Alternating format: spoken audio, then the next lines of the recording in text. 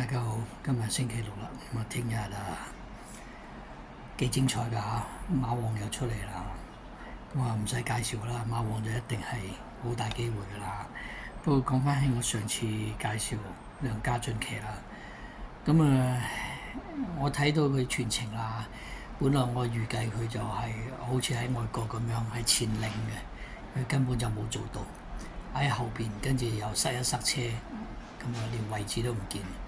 咁冇嘢講啦，咁我希望佢下次出嚟咧，我一定會買翻。另外咧，最好嘅就換騎師，OK，咁大家記住啦嚇。咁講翻起聽日啦，咁咧我就揾翻比較冷門嘅騎師啦，咁就係第四場嘅。第四場咧，依家咧就係潘頓隻桃花開咧，就係熱門㗎嚇。咁但係我麻麻地啊對佢。我反而中意咧隻7號啦，天象龍區，咁咧就無險東啦。咁上次有次我哋買孖寶過咗關嚇，30幾倍好似啊，咁啊可惜後邊過唔到啦，咁啊冇嘢講啊。如果嗰次過得到嘅，就算收安慰獎都唔簡單啊。不過呢啲冇嘢啦，過咗去啦。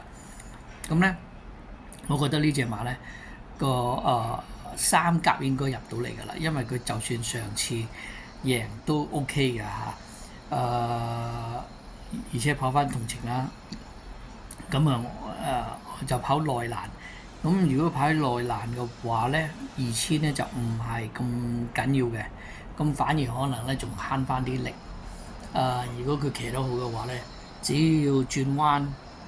有位出到嚟嘅話咧，應該就唔係大問題。最驚佢就係坐波士啊。不過我估計無險東雖然好冷門啊，呢個騎師唔係咁多人中意，但係我幾中意佢嘅。不過可能有陣時運氣唔好啦嚇，咁冇人欣賞嚇。不過其實我就幾中意佢，而且贏親都好分啊，係咪？咁呢次咧就佢係次熱門啦，咁希望佢就唔係大熱門啦，一路都係桃花開大熱門咧就最正啦。